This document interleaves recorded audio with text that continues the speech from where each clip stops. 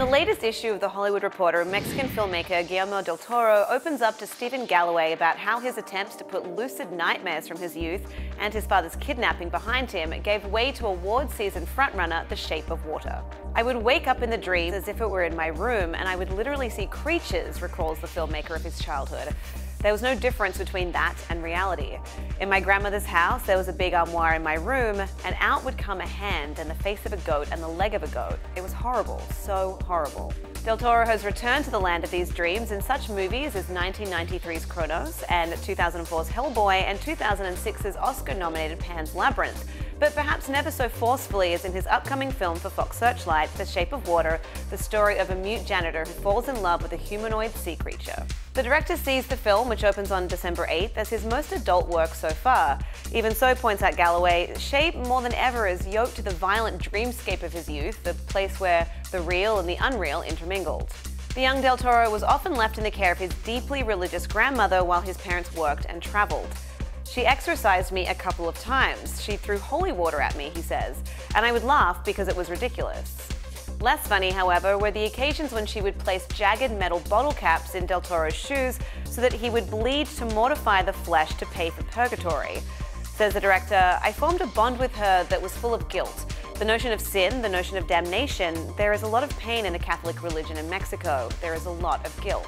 Del Toro only let go of that pain and guilt much later when he learned to forgive his grandmother and came to love her before she died when he was in his late teens. Del Toro has channeled that pain and guilt into a hugely successful film career, but just as his career skyrocketed following his first feature, 1993's Cronos, and his American debut with 1997's Mimic, his personal life fell into turmoil when his father was kidnapped. "We received the phone call right away and were instructed not to contact the police," the director recalls. "My older brother called me and said, 'They took him,' and he didn't need to explain. I knew what he meant." Weeks after the kidnapping, with an undisclosed ransom paid, Del Toro's father was freed. But the psychological effects of the real-life horror story persisted. That year, the entire family left their native land and moved to the US. Since then, he's been cautious not to reveal more than necessary. He guards his family's private lives and won't discuss his wife or 2 daughters. 2 decades have passed since Del Toro relocated to America, and since then, he's helmed cult films such as Hellboy and Pan's Labyrinth. The filmmaker also delved into big-budget territory with 2013's Pacific Rim and period horror with 2015's Crimson Peak. The Shape of Water sees him return to personal work and to a story that brings him back to another film he saw in his most formative years, 1954's The Creature from the Black Lagoon, the horror movie about a guild man captured by scientists in the Amazonian jungle. THR's Boris Kitt spoke to Del Toro about the impression the movie made on him. "The creature was the most beautiful design I'd ever seen," Del Toro recalls. "And I saw him swimming under Julie Adams, and I loved that the creature was in love with her, and I felt an almost existential desire for them to end up together. Of course, it didn't happen." Once he grew up and became a filmmaker, Del Toro tried on several occasions to make his own version of Black Lagoon with a love story at its center.